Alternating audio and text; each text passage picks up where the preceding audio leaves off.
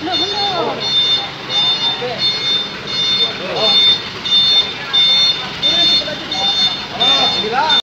Siap bongkar.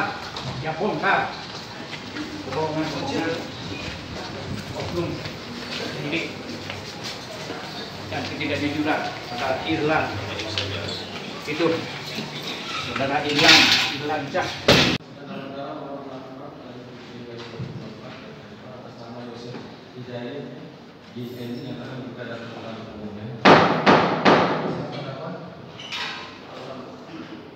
Alhamdulillah, mulia.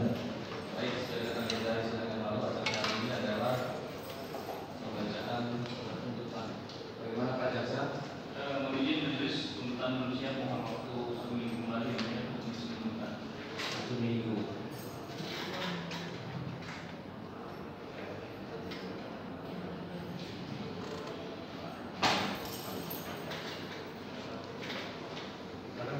Tapi pasti ya. Siap.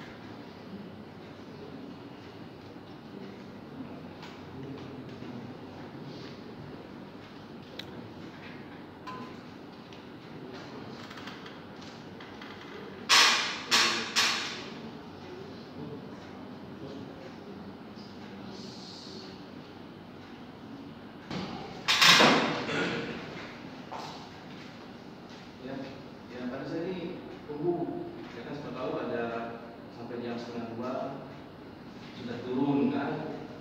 Turun juga ya? Belum. Ya, karena ini kewenangan dari Pak Jaksa. Ya, Pak terdakwa ya? Yang baik. Tuntutan belum turun dari mana? Dari Jagung. Kejagung. Ya.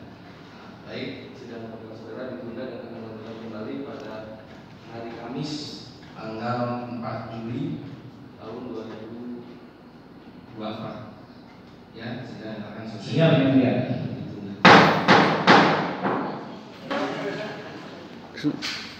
Kenapa harus dari Kejagung? Memang harus dari Kejagung itu? Karena ini kan perkara penting, jadi semua kita butuh petunjuk juga.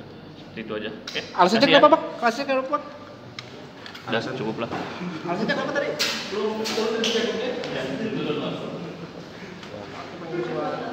Berarti harus dari Kejagung. Kenapa Pak?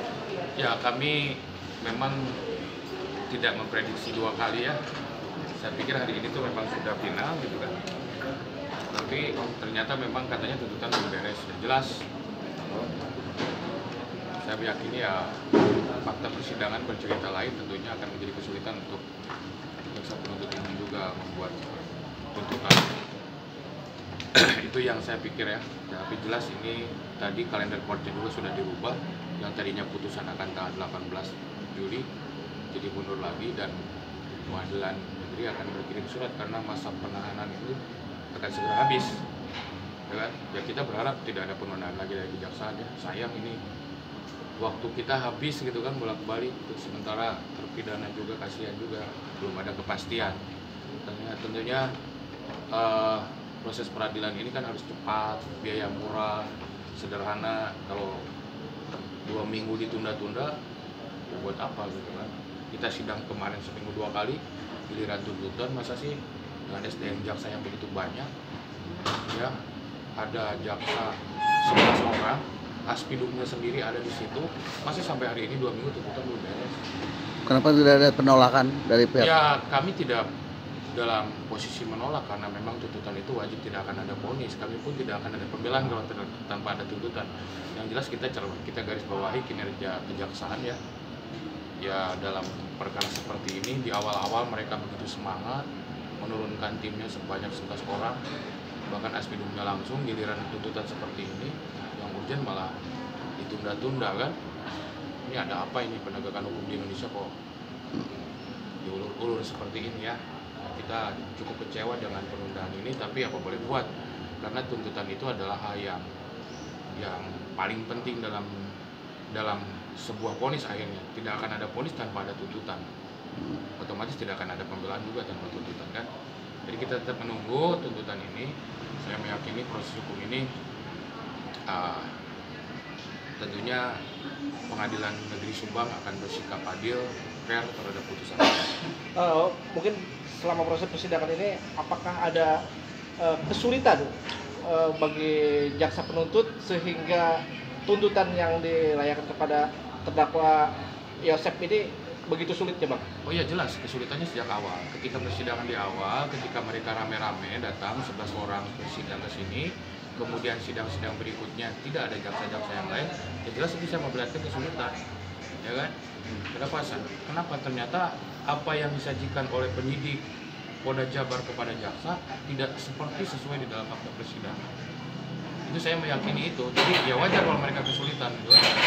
Salah satu poinnya apa, Bang? Boleh bisa? Ya salah satunya yang memang jadi catatan kami adalah rekomendasi dokter asli terhadap DNA asing yang ada di puslapor itu, yang tidak di follow up oleh Polda Jabar, tapi tidak diberitahukan juga secara detail terhadap terhadap jaksa-jaksa di Kejaksaan Subang. Jadi ketika fakta itu terungkap, ya seolah-olah 3 DNA asing itu tidak ada artinya.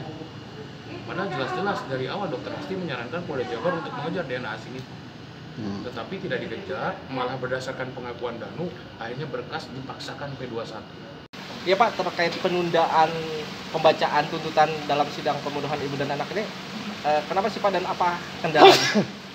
Kalau kendala tidak ada, cuman memang perkara ini merupakan perkara penting yang menarik banyak perhatian masyarakat, yang sidangnya sudah kita lalui beberapa bulan ini, sehingga proses penuntutnya pun harus dilaksanakan secara berjenjang, sehingga bukan hanya Kejaksaan Negeri saja yang mengambil sikap terhadap tuntutan terhadap terdakwa ini, melainkan juga berjenjang ke atas, yaitu Kejati sampai Kejaksaan Agung. Berarti alasan penundaannya karena memang surat tuntutnya belum selesai?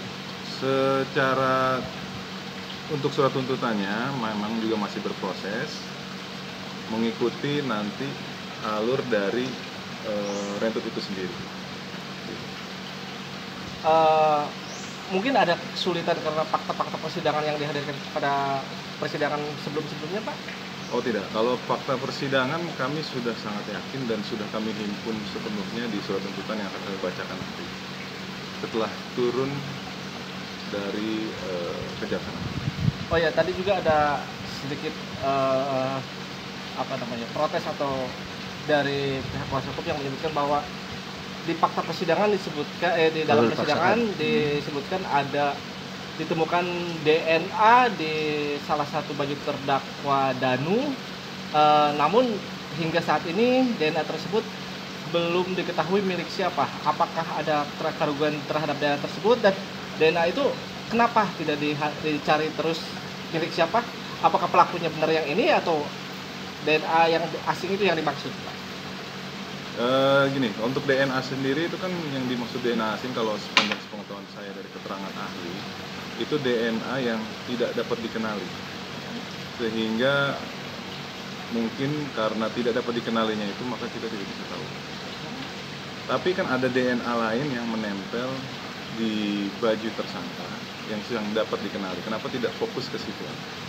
Gitu. Berarti DNA yang di baju Danu itu tidak ada kemungkinan tersangka lain atau pelaku lain, Pak? Sampai saat ini belum.